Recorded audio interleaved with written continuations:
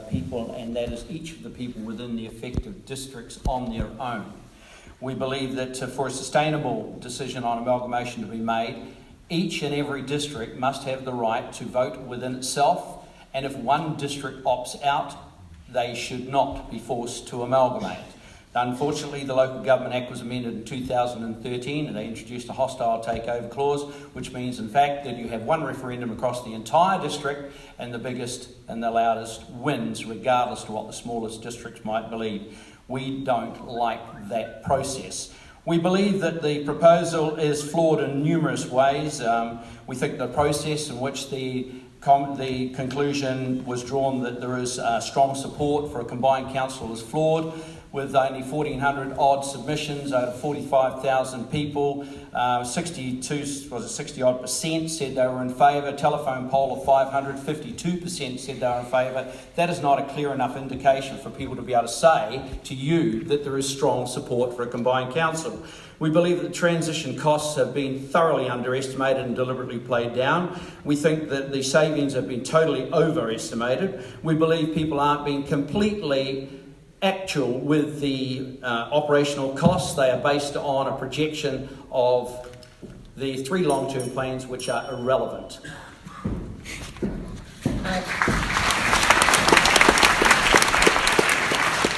Kia ora everyone, just for your information, they've asked us to come and be ready towards the end of the 90-second speaking time, and also the people who are watching say they can't hear. They've tweeted me. Kia ora, my name is Marama Fox, I'm from the Māori Party. There's one thing that I do know about this amalgamation. It represents and sort of symbolises exactly what happens in this region if it goes through, and that is we are all connected. We are connected by our riverways, we are connected by our farming, we are connected by our community, and we're connected by our people. Yes, we have different and distinct interests at different parts of the region.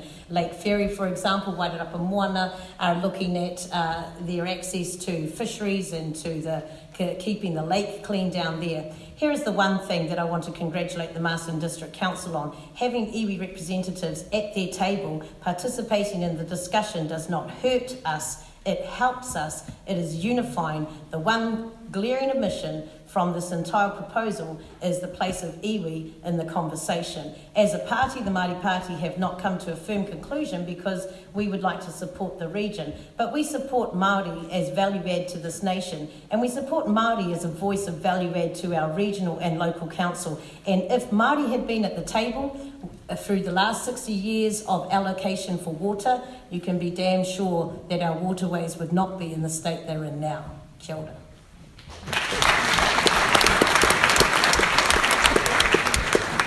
Good evening, ladies and gentlemen. My name is Russell Keys, Deputy Mayor for Carterton. I'd just like to firstly apologise on behalf of John Booth. He's away for prior commitment that was organised before this event. My personal view at the moment is I'm still haven't decided with the whether I'm against or for this proposal. I believe there could be some long-term benefits for the amalgamation. One of the big economies of scale, building on our established shared services approach. One voice representing the wairarapa through to the regional and national policies. At the moment, Carterton has a very small, limited opportunity to do that. Another potential downside would be a representation, especially in the rural areas. And so, yeah, I'm still trying to figure out in my head whether the pros outweigh the cons. So, thank you.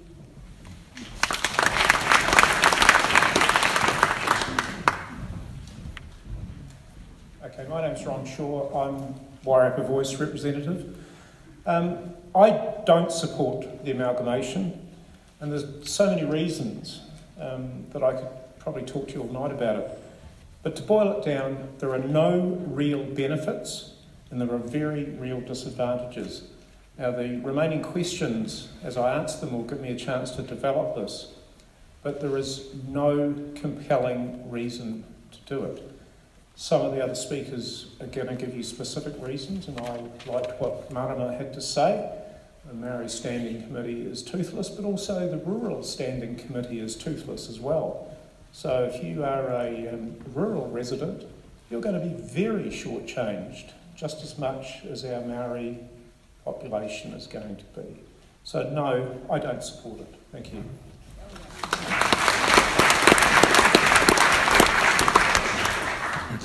Good evening, everybody. Thank you for a start. Thank you for all being here and showing interest in local government and the Local Government Commissioner's work. To answer the question specifically, I do support the Commission's recommendations. I would like to have seen, and I do support, the idea of a referendum. So whether you're for or against this proposal, I would encourage you all to try and get that 10% up in any of the districts so that we can all have our say in a referendum to say yay or nay. So through the evening I'm going to talk a little more of the softer benefits of the Commission's recommendations. And sorry, I just forgot to ask, is there any visitors here? Anyone from outside the Wairarapa here? Put your hand up. Anyone from America or Canada or anyone from outside of the Wairarapa? Okay, put your hand up if you're from the Wairarapa. Okay. Right, there you go. That's another reason why I support the Commissioner's findings, because we're all from the Wairarapa. So when I go through the electorate, the Wairarapa electorate, I start in Waipawa and Waipukurau. And they say, "You're our MP." I said, "Yeah, I'm your MP, Wairarapa MP, Alistair Scott." They go, "Oh, we're not from the Wairarapa, we're CHB." And then I come through Dunedin and then turn left at Woodville. And I say, "I'm, your MP, Wairarapa MP, Alistair Scott." "Oh, we're not Wairarapa. We're Tararua." And then you come over the hill, over Mount Bruce, and I don't have an issue with people calling themselves Wairarapa. Good evening all. Jamie Falloon, sheep and beef farmer from just north of Masterton, out in the country. I'd just like to thank Wairarapa Voice for inviting me along to give a raw perspective on the discussion today. I learned pretty quickly when I got on the job of President of Federated Farmers that if you go up with an opinion which not everyone agrees with, then you get shot down pretty quick, and that was around the super city and the unitary authority, and it seems a little bit to me like deja vu.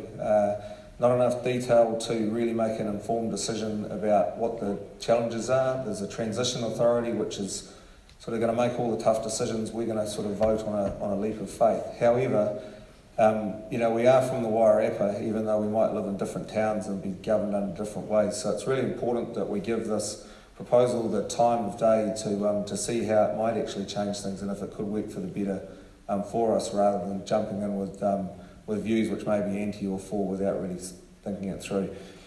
So personally, I'd like to see more information around it. I think the numbers look pretty skinny. $700 million worth of spending in the Wairarapa region over 10 years and only a $10 million saving.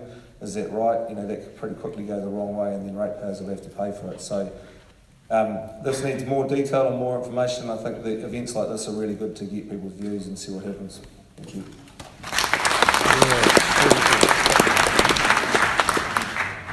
Kia ora tātou. Thank you for having me here at Wairarapa Voice. The views that I express tonight are my own views and should not be taken as the position of Masterton District Council.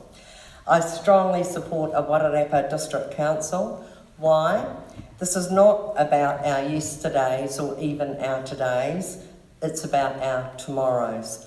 The services that local government deliver are facing increasing challenges and also increasing opportunities. In order for us to capitalise on these, we need to be forward-thinking and embracing the future so that our communities get the essential, effective and efficient public services that they deserve. That is best addressed as a region with the increased capacity and capability that a Wairarapa Council will enable. We have an exciting opportunity here. Let a Wairarapa Council deal with the strategic issues, and let's empower the community boards by giving them delegated authority and funding to be responsive to their particular communities. Let us not waste this opportunity. Thank you. Kia ora tātou. Thank you for everyone for coming out and for Wairarapa Voice for organising this. Labour has consistently said, while we are not opposed to amalgamation, the key for us is ensuring the local democracy and local participation is not lost. No region should undergo amalgamation without its citizens being involved in and fully endorsing that decision. In 2012, National changed the Local Government Act to make amalgamation easier. They've made no secret that they view bigger is better and have limited the public's ability to oppose amalgamation. But their one-size-fits-all approach has failed so far. I note that this reorganisation proposal has been met with some positivity by the mayors of Carterton, Masterton and South Wairarapa, which is a good start and already makes this proposal a stronger one than the failed Hawke's Bay and Wellington proposals, where the majority of mayors involved were staunchly against it. For the time I've got left, my biggest issue is, having read the proposal on the way here, I believe that there are some gaps in that proposal for the citizens to consider whether amalgamation is a good thing or not, and hopefully in the remainder of the questions I'll outline the gaps in the proposal that I consider is important before we make a decision. Kia ora tātou. Good evening, and thank you for everyone turning up. It's a great turnout, so well done. I am actually speaking on behalf of the South Wairarapa District Council. This draft proposal from Local Government Commission, as we heard earlier, originated from the feedback that they got that there was strong support for the from Wairarapa residents for a change in how the Wairarapa is governed. The proposal, as we know, is for a district council and with a Wairarapa committee of the regional council. This does not ensure that all direct decisions made about and for the Wairarapa are made only by Wairarapa people. South Wairarapa believes that a unitary council is still the best future governance option for the Wairarapa. We have discussed the proposal and have concluded that the decision on the future governance option should be made by the people of the Wairarapa in a poll. South Wairarapa has 6 new councillors. There is no consensus around the table, so we have prepared a discussion document which will be released to the public in a few days. This document will set out how South Wairarapa sees the proposal, how it will affect South Wairarapa ratepayers both positively and negatively, and it will also be the basis of our submission to the Local Government Commission.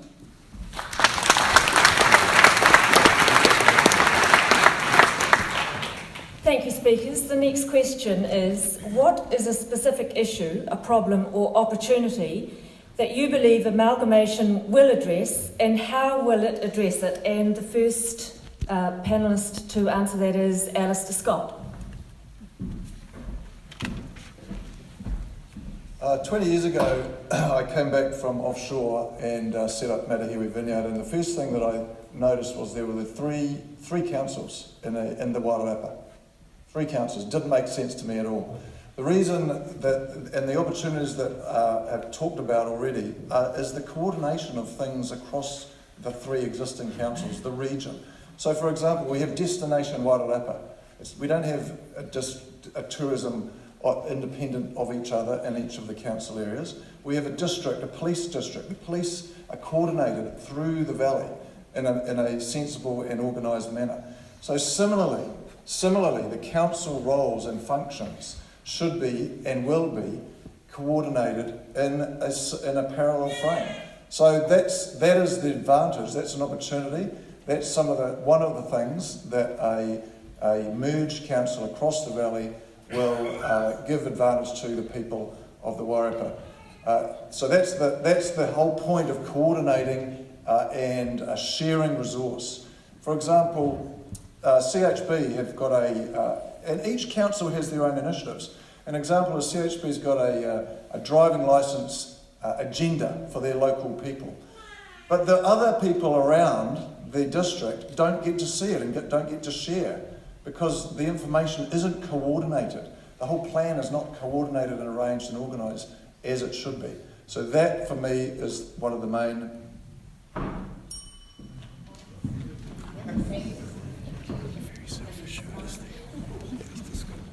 Okay. So the amalgamation, what problem is it trying to solve? Well, I'll quote from the LGC's own documents. The councils are effective. The current setup works just as well as the proposal. And amalgamation will not result in major efficiencies, which is one of the rationales for the proposal. So the LGC's own documents condemn their own proposal. There is no compelling reason to do it.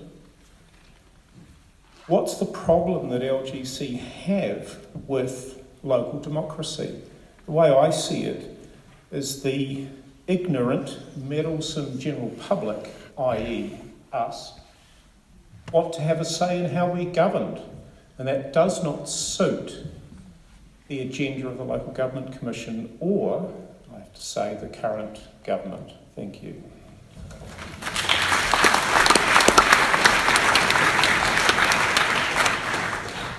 A couple of ways that I think amalgamation might make things work better. One way it could help us deliver our core services and infrastructure in a better way with fewer risks. We could have a much larger pool of expertise to support the service delivery right across the Wairarapa instead of doing it all individually. At the moment we have relatively small teams running our infrastructure services and they're segmented despite some shared services. Another thing that could help is the opportunity to bring all the shared services, service delivery in-house across the Wairarapa like we do in Carterton. Could increase the scale with improved service request responsiveness, so when we get asked to do something we can respond in a better way. And it could give us more resources to respond to unforeseen events like the recent flooding we had where our water intake was damaged. We've had our staff up there working non-stop since then to repair that with a few contractors. Maybe with a bigger pool of people we could get that done quicker and more efficiently.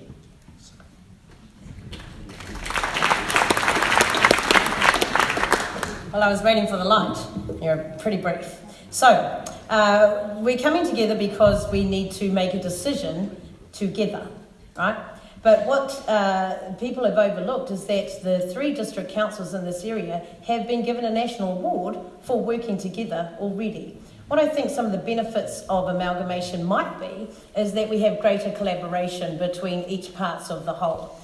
We are connected. We do need to make sure that what the decisions we make at one end of the valley don't have adverse effects on the other end of the valley. We have to make sure that when we pump sewage into the Rumahonga River, because the Marsden District Council thought that that was a good idea endorsed by the Regional Council, that doesn't then have flow-on effects all the way down the river into every other part of the council.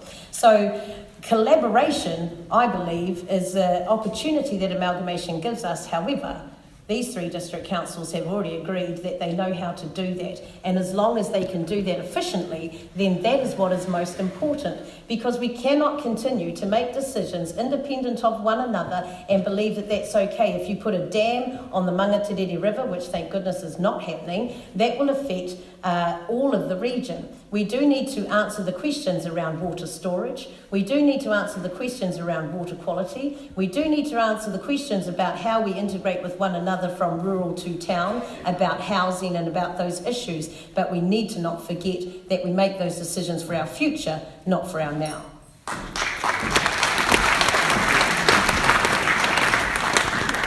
Look, I'm asked to say what I believe is the specific opportunity that I believe that will address. Well, actually, I think this proposal misses the golden opportunity. I think the question I would ask is how many of you in this room would give the Regional Council 10 out of 10 for service delivery and for efficiency, for compliance costs? The hydra in the room is the Greater Wellington Regional Council. The place where you can make the biggest gains is by bringing all of the natural resources, the infrastructure, all under one roof and dealing with it as a whole with all 3 waters governed by you, yourselves. And at the moment we have this split and this divide. We have, ask any farmer, where are your major compliance costs? They're in the Regional Council, it's in the RMA. It's the RMA that is the biggest issue that we face, and we totally ignore that issue and charge off to take the little bite, the easy bite, which is lump all the 3 councils together. Well, that brings you one other problem, and that is the loss of democracy. I'm a great believer in the pyramid of democracy. The higher the top point, the bigger the distance to the ground, the less say you have. And that's what happens with big councils. Anyone here from Wellington? Do you like these councils or Wellington City? Anyone here from Australia? Do you like what you've had over there with amalgamations, or do you like the way that these 3 councils operate collaboratively across border already and how responsive they are to you on a day-by-day, minute-by-minute basis when you want a question answered? Don't lose sight of democracy. That's good. Good enough. Speedy enough. Okay, so community boards are going to be the key to this proposal being effective from a governance and representation perspective. The current legislation states the role of the community boards is to lobby and represent their communities to the local authority. The local authority needs to establish a culture that encourages, supports and resources community boards well for them to be effective in their towns. There will be 2 new community boards in Marston and Carterton, and it will take them time to find their feet. It took many years for the South Wairarapa Community Board to come to grips with their roles. The new boards may be at a disadvantage initially as they have no experience. The South Wairarapa experience of the last 28 years is that the towns will continue to be parochial, and so they should, but they also need to understand, celebrate and help each other to achieve the goals they set. The Wairarapa Council has the opportunity to embrace the role of community boards and their governance philosophy. Successful, thriving community boards will ensure that the council is a success in their respective communities. South Wairarapa has many of its major projects initiated and implemented by the community boards. They are the grassroots governance and will be an integral part of a new council.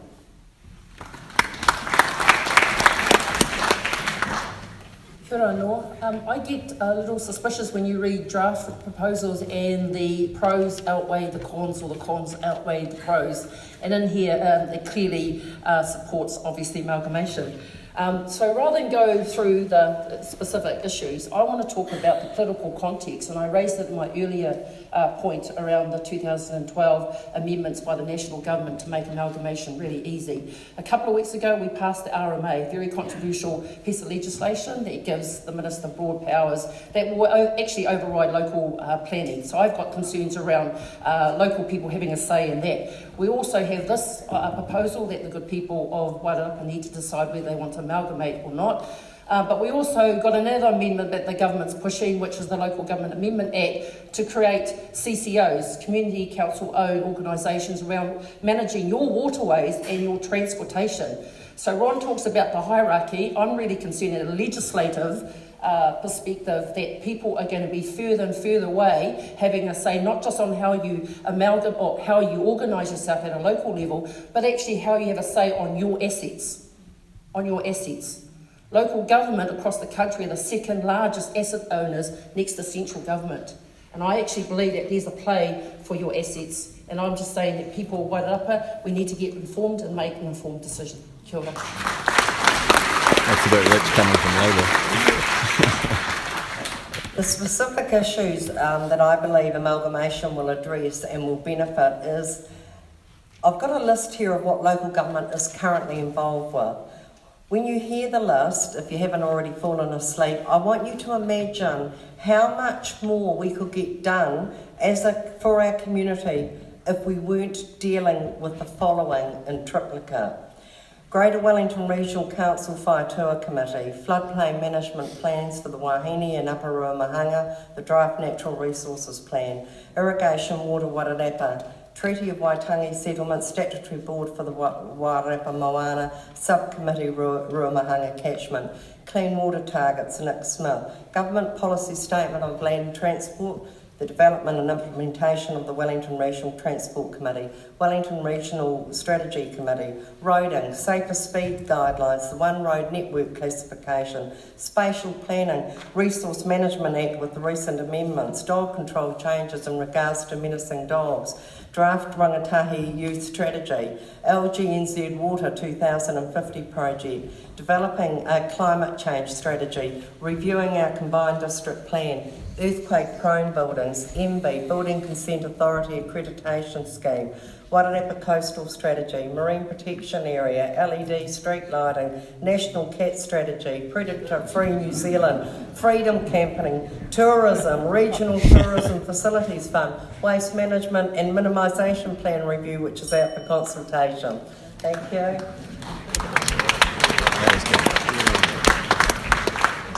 But I'll tell you one thing, that list's done for me, it's put me off ever standing for mayor or council, bloody ever. So hats off to you guys for dealing with that stuff. I suppose the solution is we could all vote ACT, because they want to get rid of or government like that, but I don't support ACT either.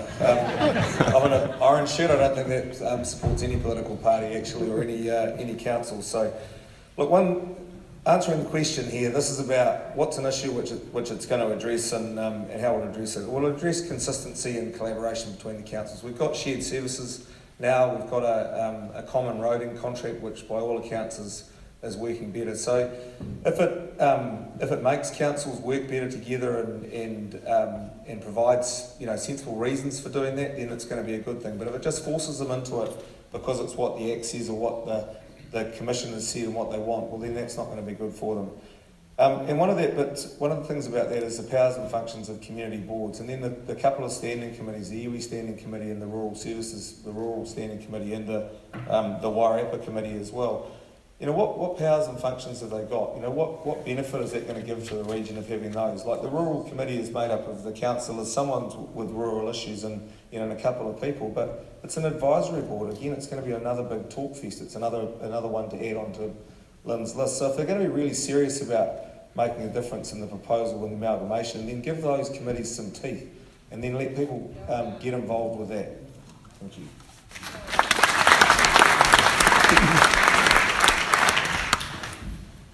Third question, what are the tangible benefits amalgamation will bring for ratepayers and how will amalgamation achieve them? Jamie again. Right, now you'll see the lack of preparedness. Tangible benefits, big is always better, right, isn't it? Big is better, that's the mantra, isn't it? More corporate is better, right? Further away from representation, that's better, right, isn't it?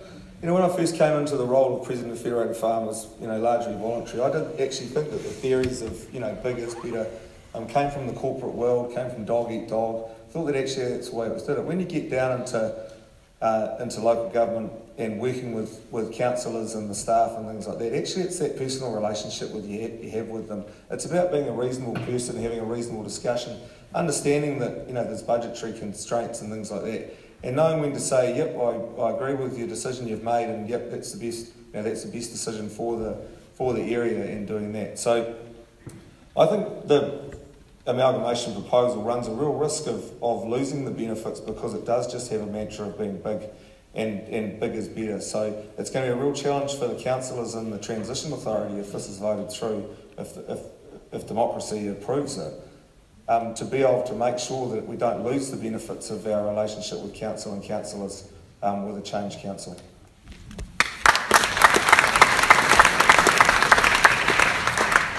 Tangible benefits of amalgamation. I think the LGC have covered this in Annex 2 of the draft proposal, so I'm just going to cover a couple. I've already given you the long list, which I actually hadn't finished, in response to question 2 on what we're currently dealing with.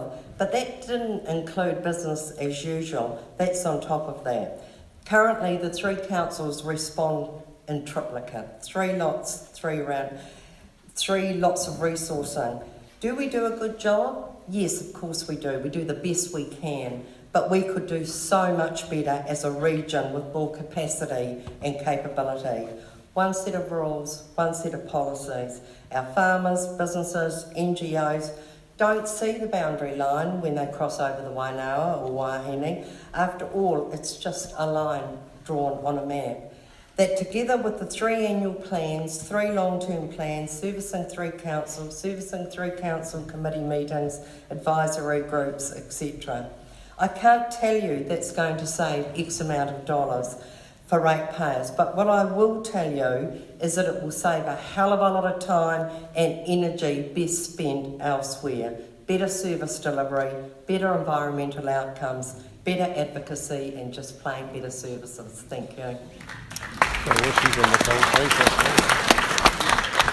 I thought I'd better say something positive about amalgamation in response to this question.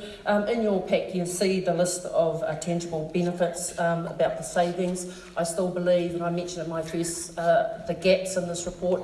I think we need to do a lot more work to be convinced that 10 million over 10 years, which in my calculation is $1 million year, 1 million a year, is justification for amalgamating. I think much more information analysis needs to be done on the savings. Of course, we want to deal with one door policy, i.e. a one door council policy. No one's going to turn that down, but again, I go back to balancing that with your voice, the local voice, and the owners of the assets. Of course, we want a stronger, united community voice. And again, this is what it's proposed to do. Of course, we're going to attract investors into the region. So having, again, to deal with one council with one set of policies facilitates that and encourages that. And simplifies council decision making, of course. But I just still, again, think that those benefits still the case hasn't been proven that we'll actually get those. And this is the point I made earlier about the proposal document, is that it doesn't actually spell out in concrete what the actual savings are going to be, how is this going to generate, what's the transitional cost, because it isn't going to happen overnight. And I really, really wish this proposal did an analysis of the super city in Auckland, because I think we need to learn what happened there.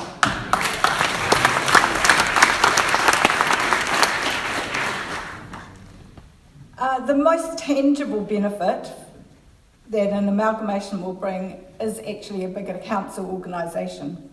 As a small council, we acknowledge that there are benefits to having more staff, more specialised roles, cover for staff on sick leave and ordinary leave.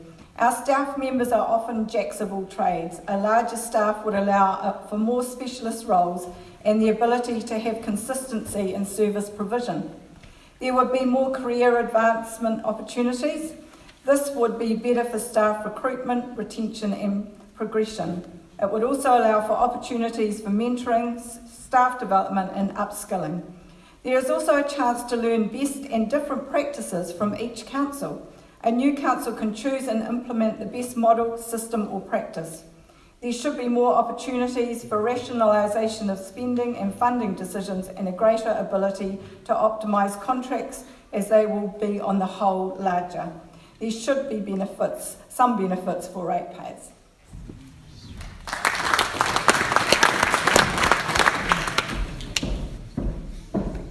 Well, the first thing I'll say is that don't take it for granted just because someone says it's going to be better that it is. Go look at Auckland. Here's the question.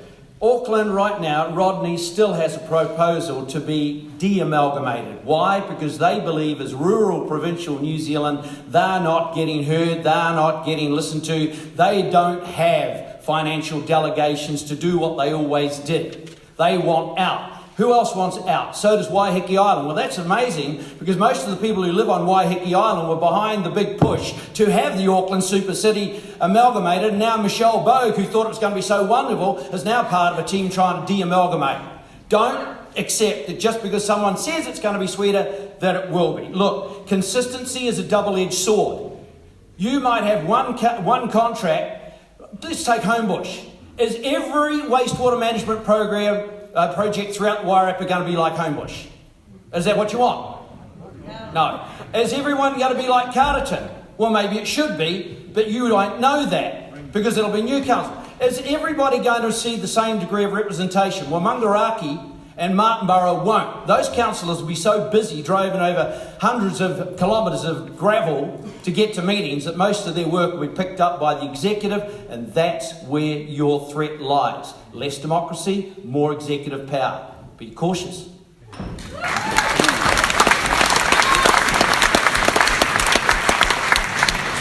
Well, there's the feeling in the room. So I can only see one tangible benefit realistically about amalgamating, and that is that we become forward-thinking. That is that we look to our future and not look to retain the status quo.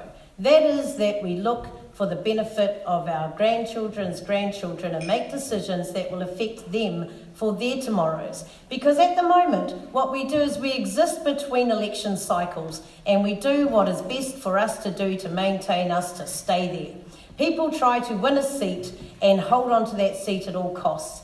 We have, there is a certain age in the room, and I'd like to think that that certain age in the room comes with the wisdom of the years of the benefit of hindsight from what has gone previously. But you are here because you are concerned about your grandchildren. And I'm here because I'm concerned about my grandchildren. And the one tangible benefit, despite all those other things, I mean, one door, really, where should we put it? Featherstone? Because isn't that where everybody comes through first? Or how about Pahiatua? Because that's where the track is. I mean, where are we going to put that door that makes it accessible to everybody? Of course, it makes sense to have niche blocks of groups of people who understand what's happening in their tiny community or their small community or their large community. But we must collaborate together, and the district plan that you have put up and that has won awards shows that we can. Whatever the outcome of the decision, we must be thinking about our grandchildren, and you, as the people who have the most sway on your children and grandchildren, get to make that decision for them. Make it wisely. Just a couple of points on tangible benefits for the amalgamation. One thing, we'll have consistent frontline services, rules and policies across the Wairarapa, which will make it easier for people to do business in the Wairarapa. We have aligned policies on items like arts and culture and heritage, which will make it easier for council partners in those areas to deal with us and to receive funding and support. From the Carterton District Council point of view, being part of a bigger council entity will address a number of issues or things that happen in our business. I know we're very proud that we run our core services really well, and we've got a good reputation for being responsive and easy to deal with. But we're really small, and we don't have a lot of depth in our team. And a lot of our team are getting older and ready to retire, so we've got to try and replace them. As a bigger council, you have a better opportunity to attract a bigger skill set to those jobs. Thanks.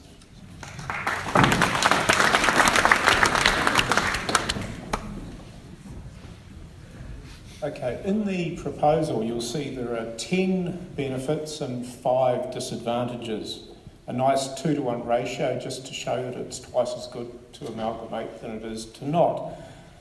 If you look at some of those so-called potential tangible benefits, the one that sticks in my mind is the so-called cost savings. They're cloud cuckoo land numbers. They are not going to happen.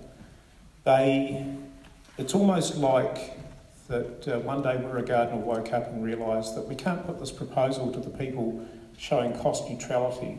So they came up with a number that said, if we save a bit on IT, which I'll give you some more information on later, we'll be able to show a benefit.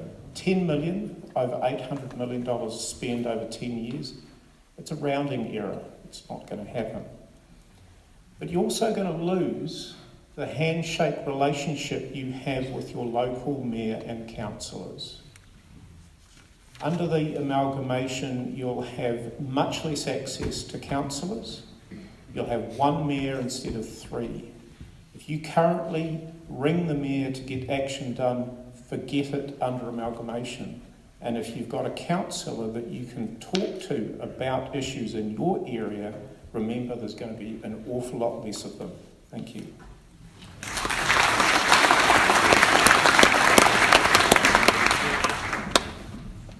Benefits. I talked about the softer side because I think a lot of these guys are right. The 10 million here or there, the hard benefits is really insignificant. So I'm going to be continually focusing on the softer benefits. So one soft benefit that hasn't really been talked about is the same benefit that related to the previous mergers in the late 80s, okay? And that is diversification of risk. Diversification of risk. So Russell's already talked about an example where an event happened or an issue happened with some wastewater or whatever it was. And that was only a minor, it wasn't a disaster, it was a minor event. But not all of the Wairarapa were able to contribute to that disaster. Nor were they able to benefit. Like a lot of people are coming into Carterton because of, the attractiveness of the great city, the great town that it is. But the other towns don't benefit. So what I'm saying is that just imagine that there is an event which caused a disaster in the South Wairarapa on the coast. The cost of that falls on those people. Locals, the cost of it falls on the locals. Small population base. It is not diversified across the Wairarapa Valley as I believe it should be. Similarly, benefits of, say, Martinborough doing a fantastic event in tourism, the benefits are not shared across the valley as it should be, because the whole valley is involved, whether we like it or not.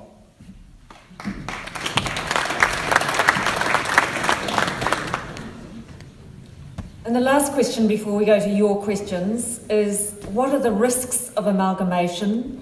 And if any, how will they be mitigated? Viv?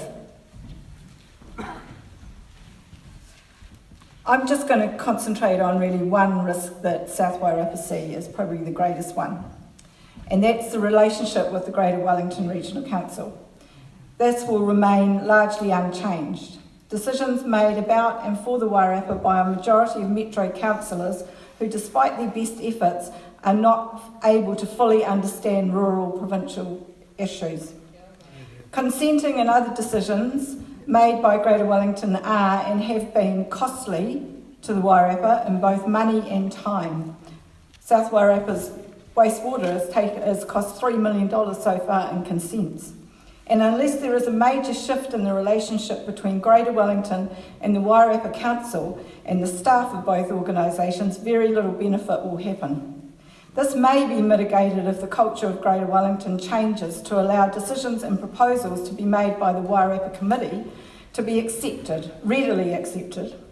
Greater Wellington staff may become more engaged with staff from the Wairarapa Council and look at the effects of the Wairarapa from their decisions in a more holistic way. A metro solution or goal may not be what the Wairarapa feels or wants.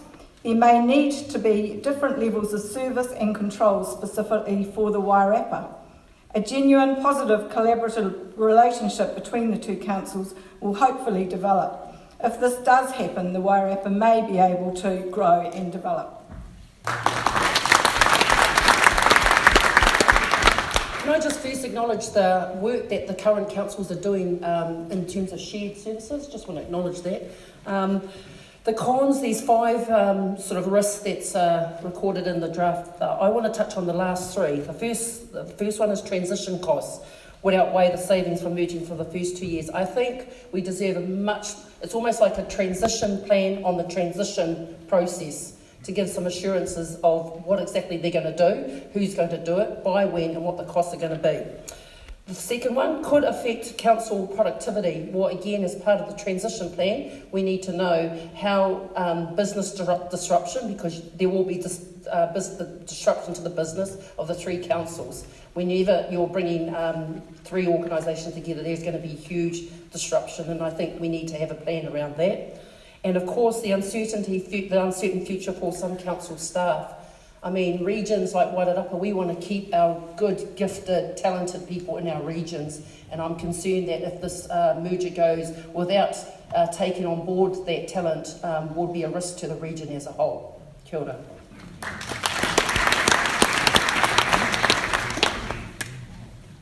I just wanted to endorse a lot of what Viv Napier has said in regards to the Regional Council and the risks. There's always risks in change. Change brings uncertainty. Uncertainty creates more risks. I just want to pick up really one point. To me, the focus on what are the risks if we don't amalgamate.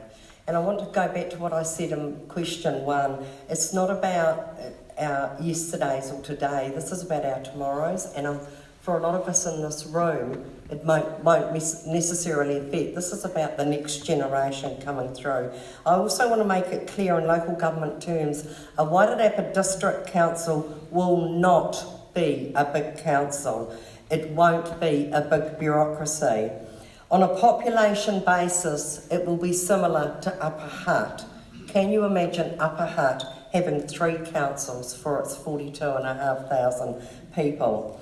Currently, of the total 67 local authorities on a population basis, Masterton, Carterton and South Wairarapa sit at 40th out of 67, 59th out of 67 and 55. So a Wairarapa Council would sit around 30.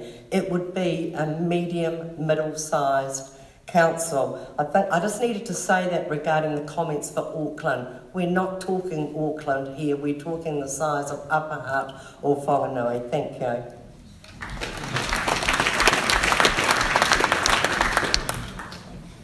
Look, to me, the risks of this is if it gets 51, if it goes to a vote and it gets 51% for and 49 against, we're going to be more fractured and maybe disenfranchised than we already are. We've seen the discussions about where the centre of the Wairarapa Council should be. Should it be Carterton, Masterton or South Wairarapa? And you've seen the views in the media storm and that.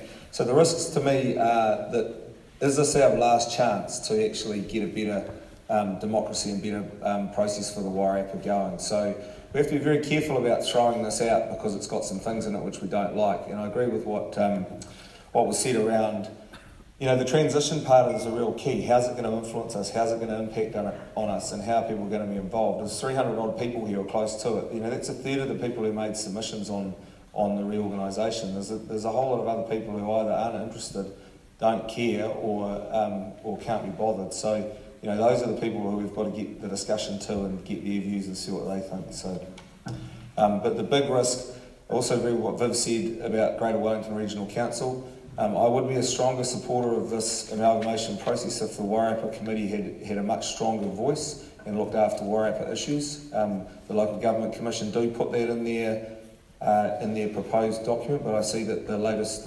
incarnation of the committee, which the Greater Wellington Regional Council have put in place, is pretty much just doing bylaws and street names and things like that, so that's not really acceptable to us.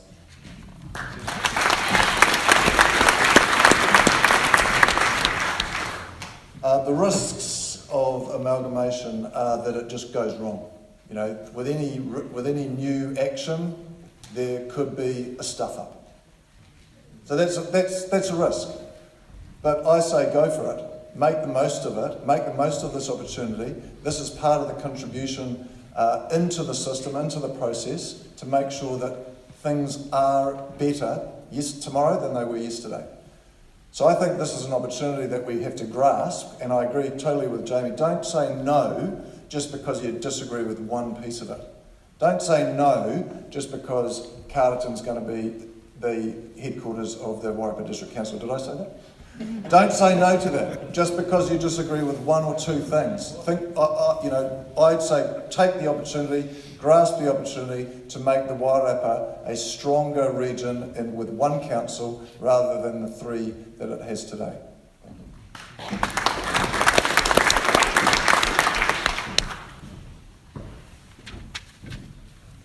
Okay, so I'll just deal with two of the risks. Firstly, the LGC expects you to believe that the three IT systems across the three councils can be merged for $2.3 million. Now, quite frankly, I earned my living pricing and implementing large computer systems, and that number is nonsense. It'll cost at least $5 million, if not 10, and that can... No, that's the costs. So you're right, sorry, Mara was right. That's the savings blown away just with one thing. And there's a number of other dodgy costs and savings within the transition costs. It's well underestimated. And the second thing is the quality of the analysis that's put in front of you is variable. To compare the size of the Wairarapa to the size of Upper Hutt or Wanganui ignores the fact that Wairarapa covers a hell of a lot more area than those condensed parts of the country. And that risk of losing representation and the ability to influence what your councils are doing is the biggest risk of all.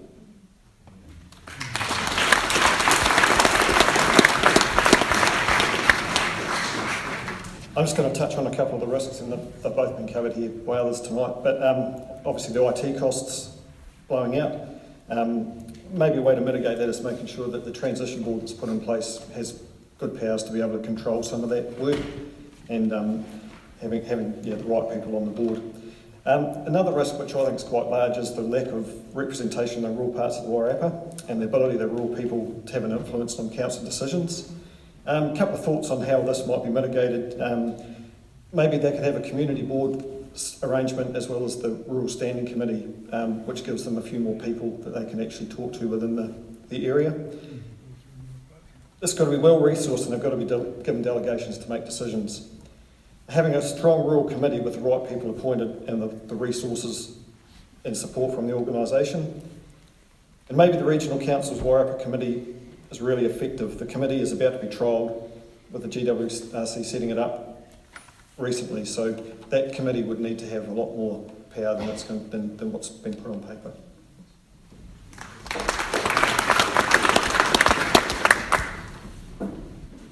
There is one glaring and obvious risk in amalgamation, and that is the lack of representation for people's voice.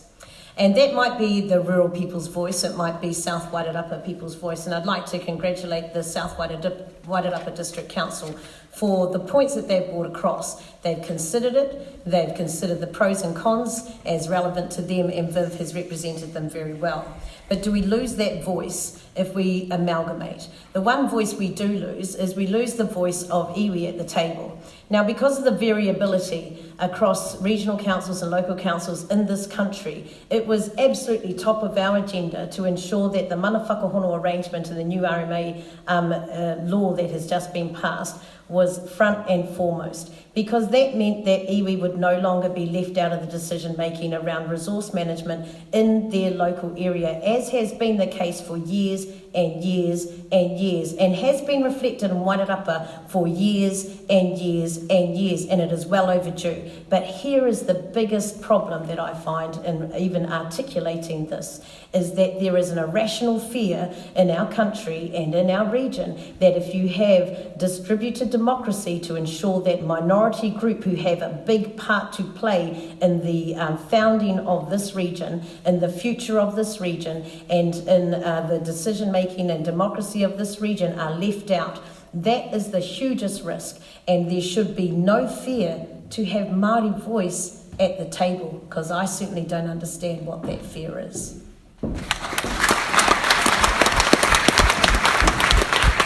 So what's the biggest risk? Well, what's broken? That's the question. There is a big risk that you rush into making a decision because people tell you should, when in actual fact, you should take more time and contemplate and examine the numbers better. You've heard numerous speakers say that the numbers are dodgy. Look, I'll give you an example.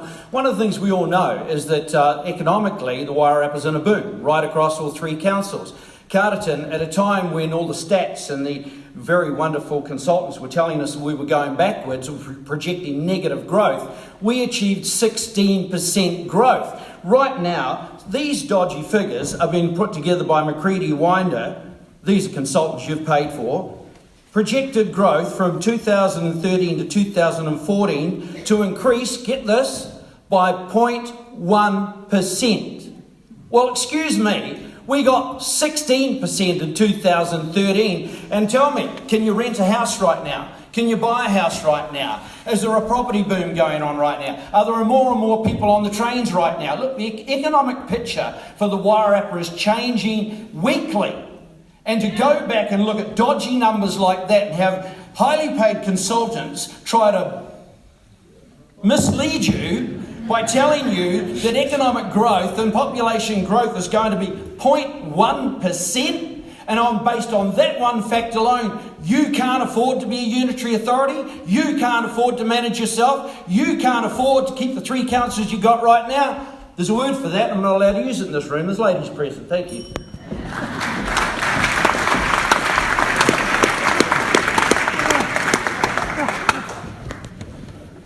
Thank you, speakers. You've been very well behaved, and we're running well ahead of time. Now, we have some questions from the floor and questions that have come into Wairarapa Voice. Speakers, we'll go in the order that we did the first question, okay? You've got that order there.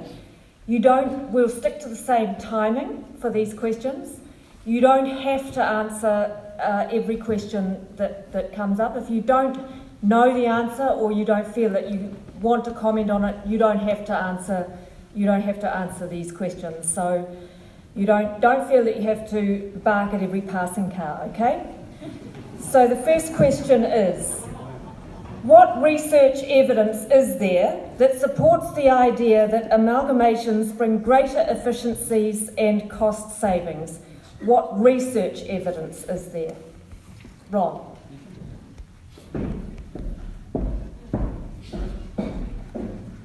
very hard to find. Look at Brisbane. Brisbane de-amalgamated. Look at Auckland. Promises of rate reductions, rate increases not going up, things would be better, things would be more efficient. An IT budget that was predicted at 140 million, what is it, over 800 million now, blowing to $1 billion. Everybody in Rodney and in the rural areas trying to get out of it. People complaining about huge expenditure on art, sculptures and things up there, $1 million. Look, go and have a look. There's a report put out by, and these are not lefties, these are not even centrists. These are people who once upon a time you could have labelled the Business Round Table. This is the New Zealand initiative, when smaller is better.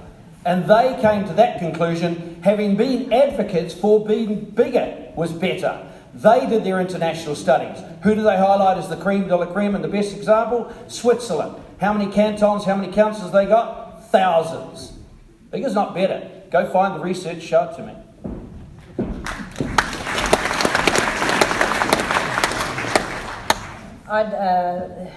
I'd say that there's pretty small and no evidence that says that bigger is better, actually, in terms of local decision making and local councils. And here is an example that we'll give you from an iwi perspective. The DHB in Wairarapa came and decided they wanted to use a national provider to provide all the mental health services because that would be more efficient, except they didn't know who we were, and so they didn't know who to go to, and in fact they didn't have an answer for Māori mental health services. They said, we'll get rid of it, we've got nothing to replace it with, this is going to be more efficient, what would you like us to do? And we said, well, let's just retain what we currently have, thank you, because if it ain't broke, don't fix it. But so they bring in people who want to create efficiency across the DHB and have all the services come under one administrator, one IT system. And what do? They employ the people who we used to have delivering those services in the Wairarapa. They gave them new nameplates, new badges, and now they report to a national body instead of a local one, where local decision making was being made. I can't see that there is any research that supports in a council type arrangement where we are talking about people that some global corporation or even some national corporation or even some region-wide corporation can automatically be more efficient when we're not thinking about the people that they service.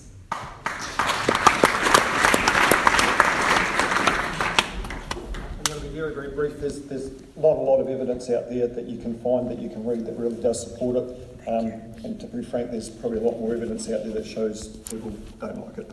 Thank you.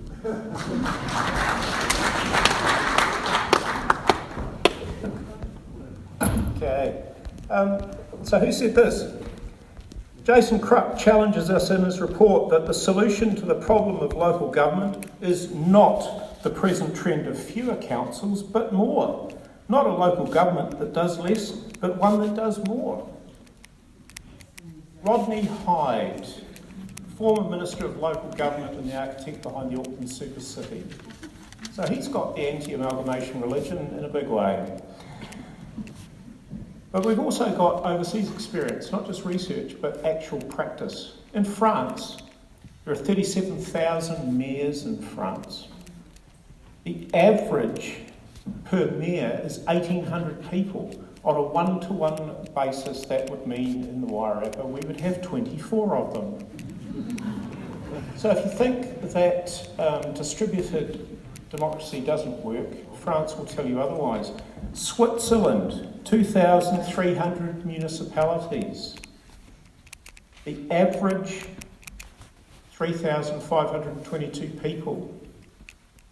That's what you have to have in the Wairarapa to get one councillor. In Switzerland, you get a mayor and a whole council for that.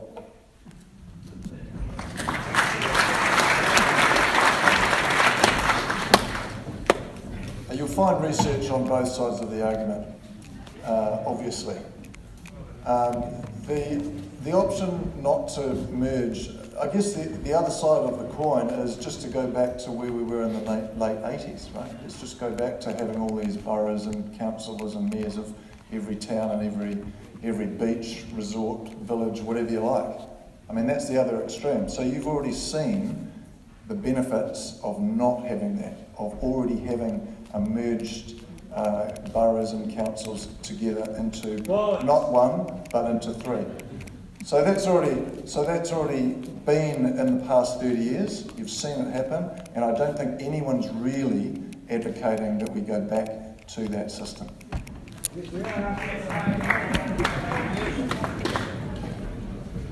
Look, I don't know the answer to that question about evidence, but not wanting to give up a chance to have a go in front of the microphone with all these esteemed politicians around me and give as good as I can get.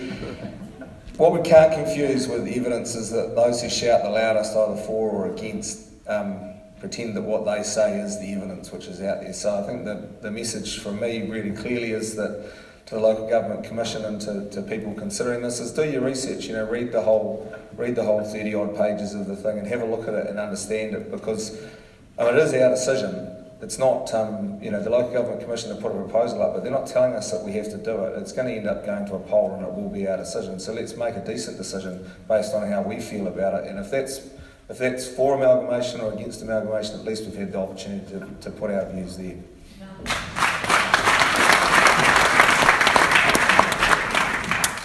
The proposal from LGC is lacking in research evidence. I don't think any of us would deny that.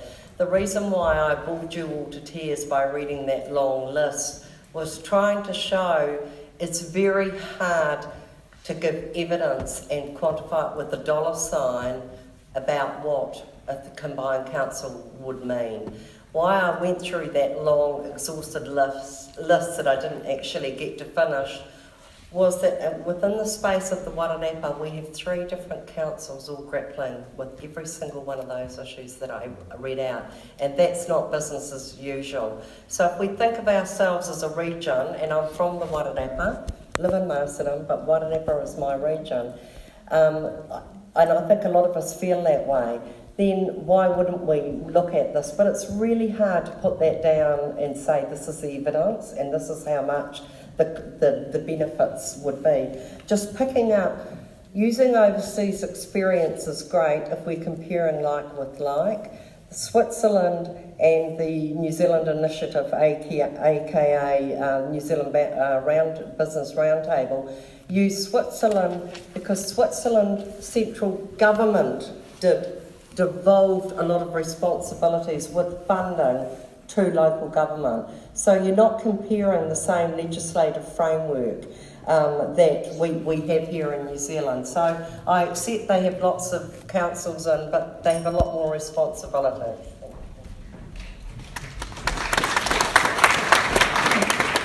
So local democracy, having a local voice and having say on the assets that you own are really important. In terms of the evidence base, I actually just think that we all need to make sure that we're doing our own research. Either side of the coin, I still don't believe this proposal goes deep enough into, and the reason why I said Auckland, of course we're not like Auckland, but there are definitely some lessons up in Auckland that I think needs to be brought to bear on what's been proposed here. That's what I mean around the Auckland model, not comparing, we're nowhere near like Auckland, we don't want to be like Auckland. But I also want to say that standing up to ensure your voice is heard should not be seen as anti-change, because I actually believe you can have local democracy as well as be a progressive collection of councils or plural councils. And all I'm saying is we've got a chance to get informed, make the most of what information we have here, don't accept everything that's in front of you, do your own research and make a decision that suits you best, and particularly for your communities.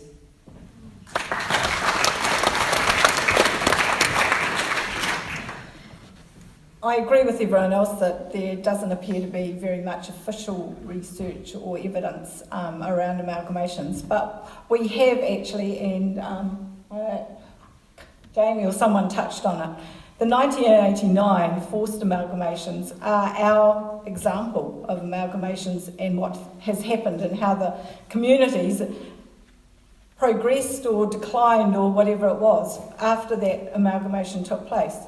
As far as the Wairarapa goes, the South Wairarapa District Council has had the most amalgamations. It had 3 boroughs and a county council.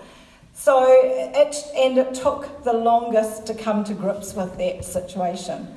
It's much easier if you've just got the rural and the urban meshed together. We have got 3 towns. We had the wide, big rural expanse of South Wairarapa, and it was a painful process. I can see some heads nodding. It still has its problems, and any new amalgamation for the Wairarapa will not be any different to what we have experienced in 1989. So if you can remember that, think back, that's our evidence.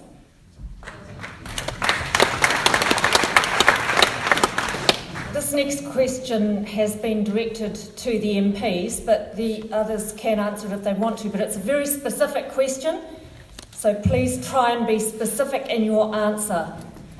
Can you identify and name a council amalgamation in New Zealand in the last 20 years which produced a tangible financial and other benefit? If so, what were they and how were they measured?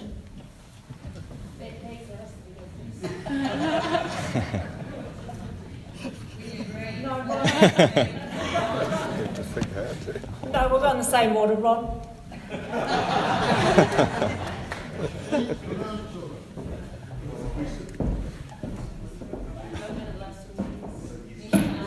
Can you identify and name a council amalgamation in New Zealand in the last 20 years that produced tangible financial and other benefits? If so, what were they and how were they measured? I was going to start by saying I'm too young to be able to answer that. I can't give you that answer. All I know is that we had the 1989 experiment, which was, well, it was imposed by central government. You had a Labor government the day that decided there were too many councils. You now have another government that has philosophically driven towards less councils, wants to encourage more amalgamations, hence the changing of the Act so that it would make it more likely that there would be an amalgamation than there wouldn't be, hence the hostile takeover clause being implemented. But I think the jury's still out on that, and probably a very good reason to press pause. You've got more numbers that need closer scrutiny. You've got an economic boom here that I think if you were to take what's happening right now and model it and run it forward, you would be finding out to your surprise that you could afford to be a unitary authority. You could afford to have more community boards and give more empowerment to what are 2 big lumped rural boards where they'll have minimal say.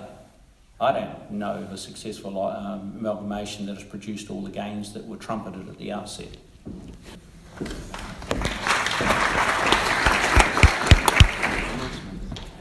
Well, the 89, if people want to go back to the 89 situation, then, good luck to them. Was it 20 years? Okay. Well, I'm still going to talk about that because that is where all those little boroughs had massive risk. So if anything happened in that particular borough or town, it was their responsibility to sort it out because they were independent. They're on their own. They're unitary. That's the problem.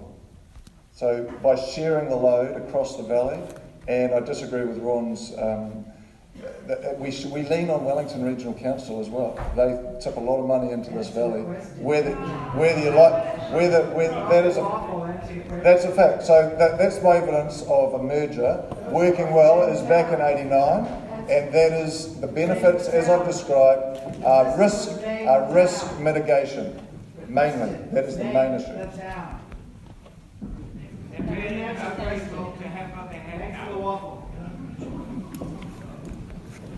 Oh, come on. Somebody over here called out Tasman. So I can't tell you whether or not that's been beneficial for Tasman, but there's nodding in the audience as if that. Unitary authority. There you go. So maybe we all need to go down and have a look at what's going on in Tasman. But actually, we should just have a look at what's going on in our own community. I can't give you a town that's been successful. I can't think of any. If you think back to what it was in 89, though, and this is what Alistair was pointing to, would we go back to having a mayor of Tanui? Or a mayor of Riversdale? Or Homewood? Homewood was a pretty cool place to live, but pretty much nobody lives out there anymore. There are different farms and different blocks, and they need to have a voice. and they need to come in and have a voice. So do we want to go back to that? We have what we have. We can't look backwards, we're looking forward. I can't name a town apart from Tasman, and it might be beneficial for us to get Tasman up here to tell us how it's been for them. Did they? When was that? Why didn't I get invited? How many years ago? All right, so my time is running out, so I'm going to say this. Here's the last thing. Ngāti Kahungunu ki Wairarapa is a small and distinct part of one whole that goes from Wairarapa, from Pirinoa, or right down to Wairarapa Moana, all the way up to Wairua. We work together, but we have distinct and separate parts, but we come together. It's in our hands. If we want to collaborate, all we have to do is do it. We don't need a plan to tell us how to do that.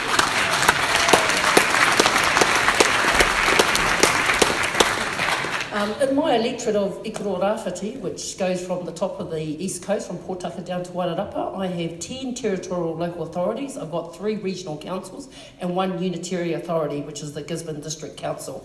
I've scanned my brains to think across those 14 whether there's ever been an amalgamation to address the question. And being a fairly new MP, I cannot answer that with certainty that there is a model, other than the GD, the Gisborne District Council, is a unitary authority.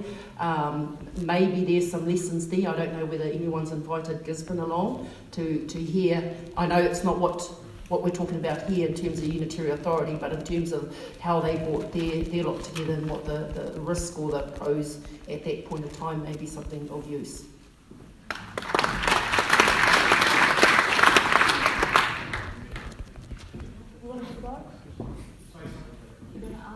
Yes, I am. Okay, I'll give you a couple of things to think about. This is a quote from Brian Rudman, who's a well-known Marxist in Auckland.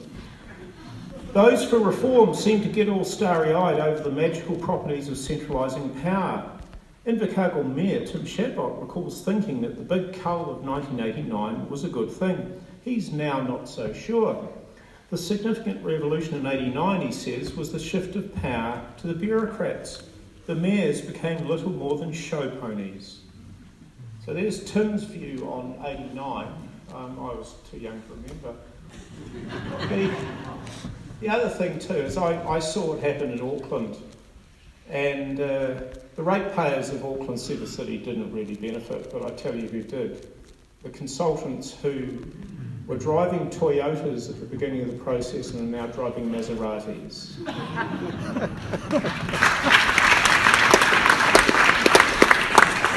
Can I please remind people that the purpose of the meeting tonight is to find out about amalgamation. So could you please restrict your questions to that and not use it as an opportunity to have a crack at the panel members? Thank you. I've just been asked to read that out. The next question is, Mike has suggested that perhaps the mayor's not answer this one. How can one mayor be more effective at representing the Wairarapa than the existing 3 mayors? Okay, the mayors can answer it.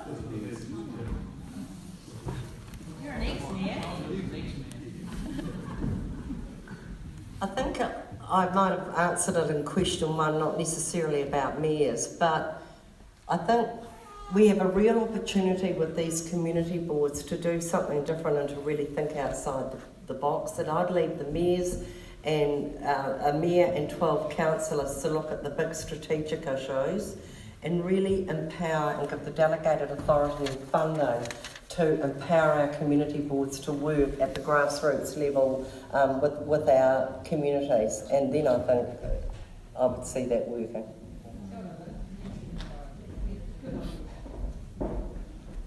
I'll just briefly answer, not being an actual mayor, but I'll give it a crack. Hey, I think you've got to look at it. If the amalgamation happened and it was one council, you've got to change your attitude or your thinking when you're on that board. If you were the mayor, you've got to change it so that you're thinking across the whole Wairarapa instead of thinking, I used to be Masterton, I used to be Carterton, I used to be South Wairarapa, so I'm going to concentrate on those areas.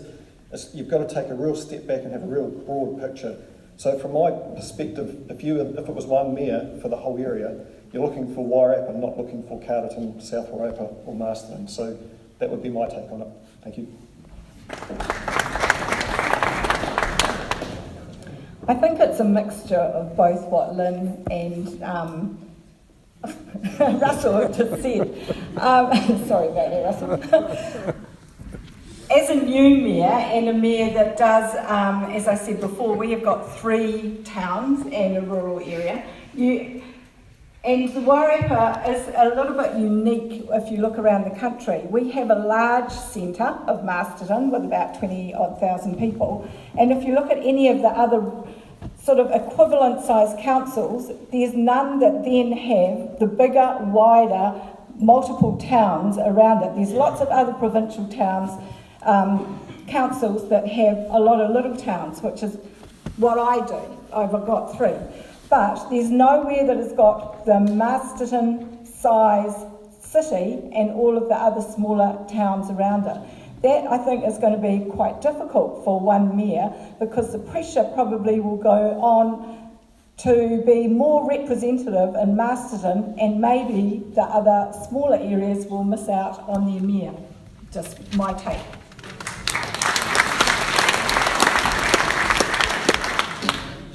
As an old mayor, ex-mayor, I think you weigh it up both ways. If 8 mayors went into the Prime Minister's office in the Beehive, as happened on one occasion when I was the Mayor of Carterton, and sat down and said, these things need to happen, you think John Key was listening more to that conversation than he would have if one mayor had gone in there? Actually, no. As an MP, if a delegation of 8 people from the community come in to give me an earful, I'm sitting up. If one person comes in on their own, it's a different picture. You know that.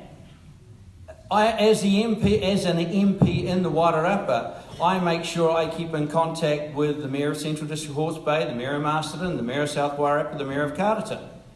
All of these people have an intimate knowledge of their communities. One mayor to rule them all?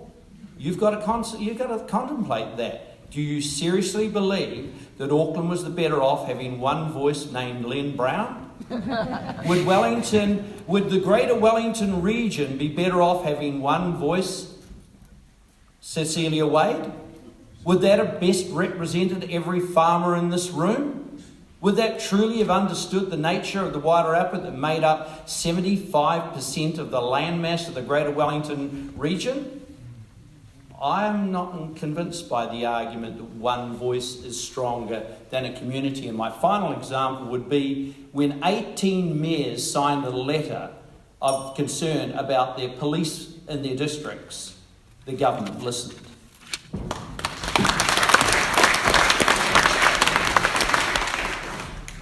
Help myself. I'm really sorry about that, but I always have to have a say about something, and the national government have come to learn that that's the case. But here's the thing that came to my mind, is that we're elected representatives of the people that we serve. We are here to serve the voice of the people. It's about whether you have one mayor or many, they're there as your representative. You should be able to talk to them, and they should be doing their job on behalf of the people. And whether we have 3 councils or 1, the councils are not sitting there only talking about their one small stake in the ground. They are talking about how we work together to manage this resource, this town, this issue, this problem. Now, if we are representatives, that means that actually just because you're the mayor doesn't mean that you're any greater or any lesser than any constituent in your region. And sometimes when we sit on the seats that we sit in, we forget that when we leave that seat, someone else will come and sit behind us.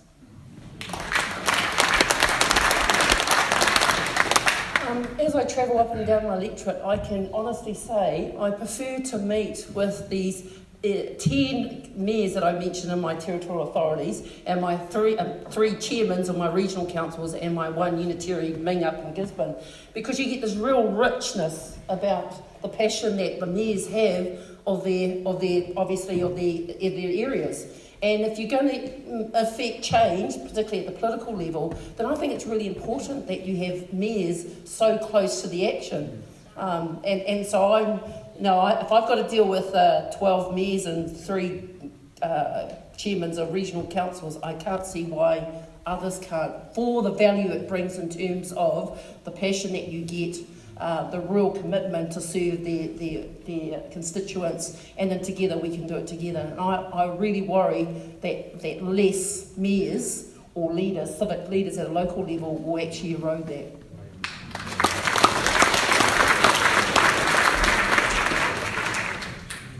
Next question from the floor is, we don't need to look to Auckland amalgamation to determine success. We can look to our own history. South Wairarapa Council amalgamated Featherston, Martinborough and Greytown, but then focused investment in Greytown and Martinborough over 30 years to the detriment of Featherston. How would any of the towns be truly protected by an amalgamated council?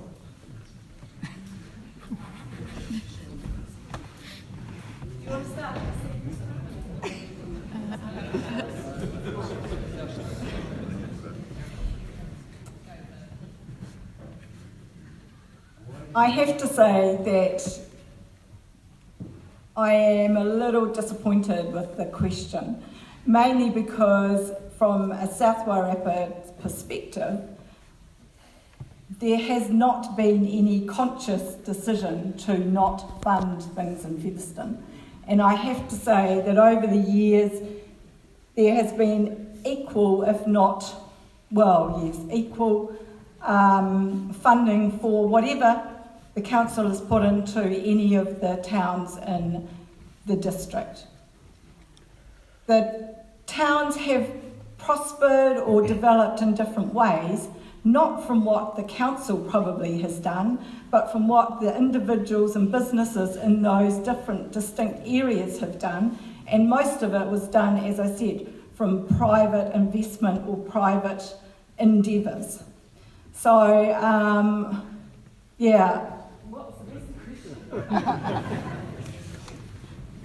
So how would each little town be protected if there was amalgamation? That's why I think that the community boards are the key to any amalgamation, and also strong representation from the councillors. Although there's only one councillor for each South Wairarapa ward and 2 for Carterton, you need to make sure that they are very strong individuals who can look at the district as a whole, but also for the individual places.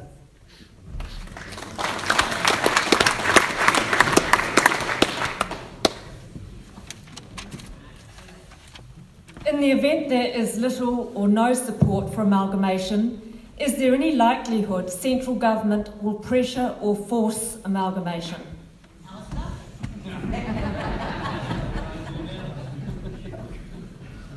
If people vote no or against this, then nothing will happen.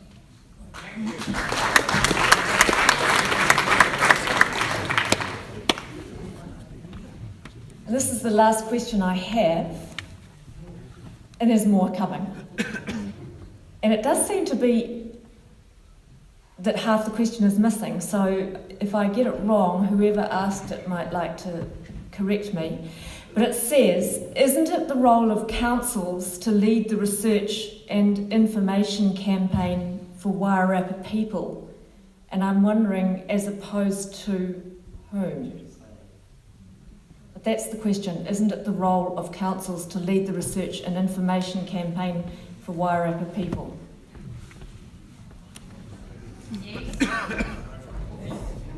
So, this isn't any of the Carterton, South Wairarapa, Masterton District Council's plan. This is the Local Government Commission's plan. They're the ones that have put it out there. And so I'd say no, it's not the Wairarapa Council's job to be doing it. Our job is to help you guys and to try and with forums like this, to try and be able to make an informed submission to the council.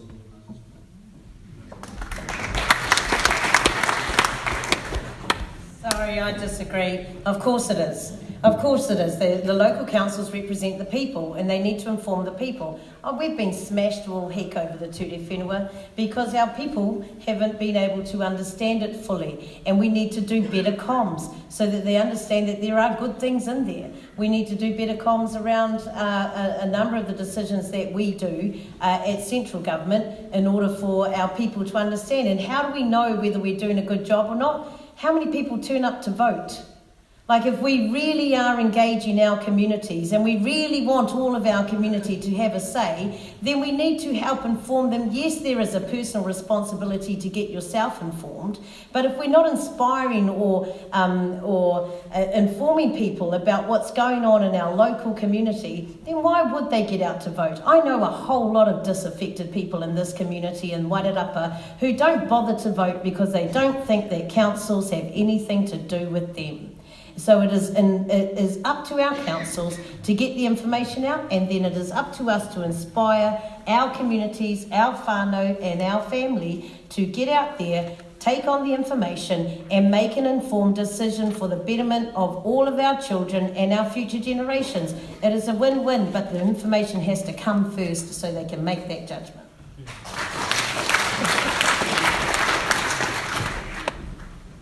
This one, what do they say? Turkeys don't vote for an early Christmas.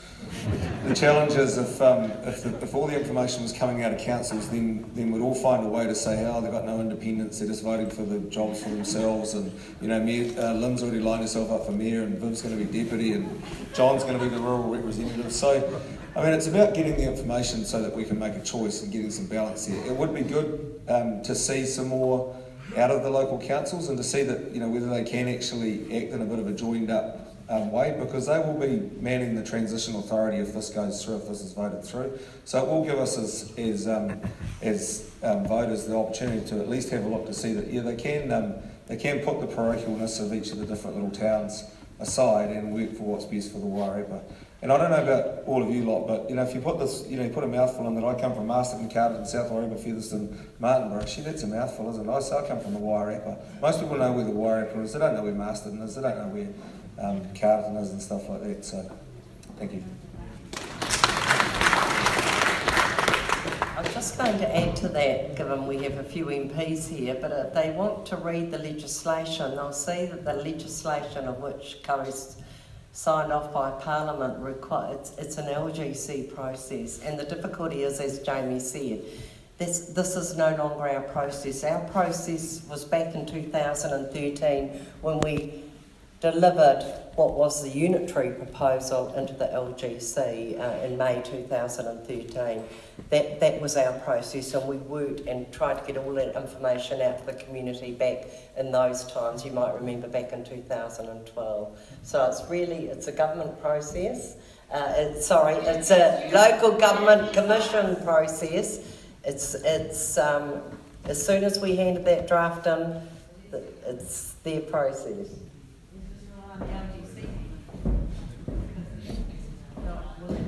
I'll take a bit of both, and I'll say if not local government, who? Congratulations to Voice Wairarapa.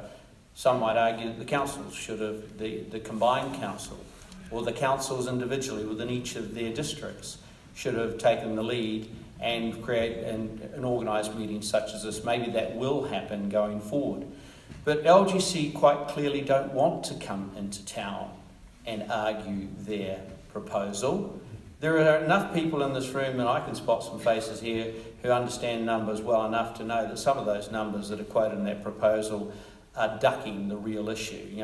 Capping your rates, capping the transitional costs. Sounds like someone's pulled a leaf out of Robbie Muldoon's budget. Let's cap prices, let's cap wages, let's cap everything. The transitional costs will be what they will be.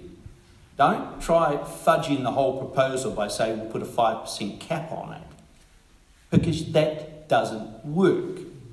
And I think it's up to the LGC to come in and stand up and answer the questions. But failing them, people are elected to local government to represent the people who elected them. They should take the lead and provide the information opportunities. If communities like Fed Farmers and Voice Wairarapa want to do that, fantastic. But the question really is, to the question, if not local government, if the LGC's not going to front this and argue their own proposal, then who? From where are the explanations going to come?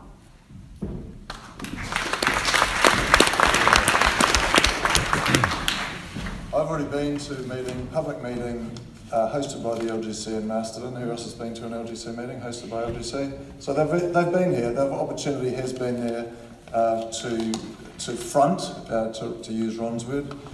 So I just disagree with his assertion that they have not been just sticking up for LGC.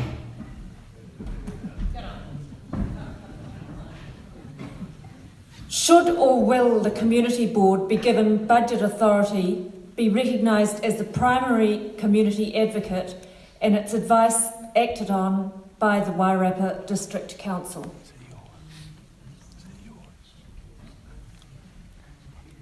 From I suppose, the example that's only here at the moment, and there are, as I said, there are 3 community boards in South Wairarapa at the moment. At the moment, those 3 community boards are given a budget of about $20,000 per year to do what they like with. They do not have to come to council to get any more, to get sign-off from that. That money is there. If they don't want to spend it in that year, they can. It can carry over to another project that may be bigger or better that they're looking at into the future. As far as anything that a community board raises within with their resolutions, as far as the South Wairarapa example has happened, there has been, I don't think, any resolution that has been turned down by the council in the time that community boards have been going. If amalgamation goes through, then as an absolute bare minimum, community boards need a lot more authority and a lot more budget if we're going to meet the local voice test, ensuring that local voice is heard through. I'm aware that some of the community boards are variable across the country, so some do have the ear of council and have relevant budgets, some don't. And so all I'm saying is if the proposal is voted on, then absolute as a bare minimum, we need to up the ante with these community boards, both in resourcing and both in influencing in terms of decisions at the council table.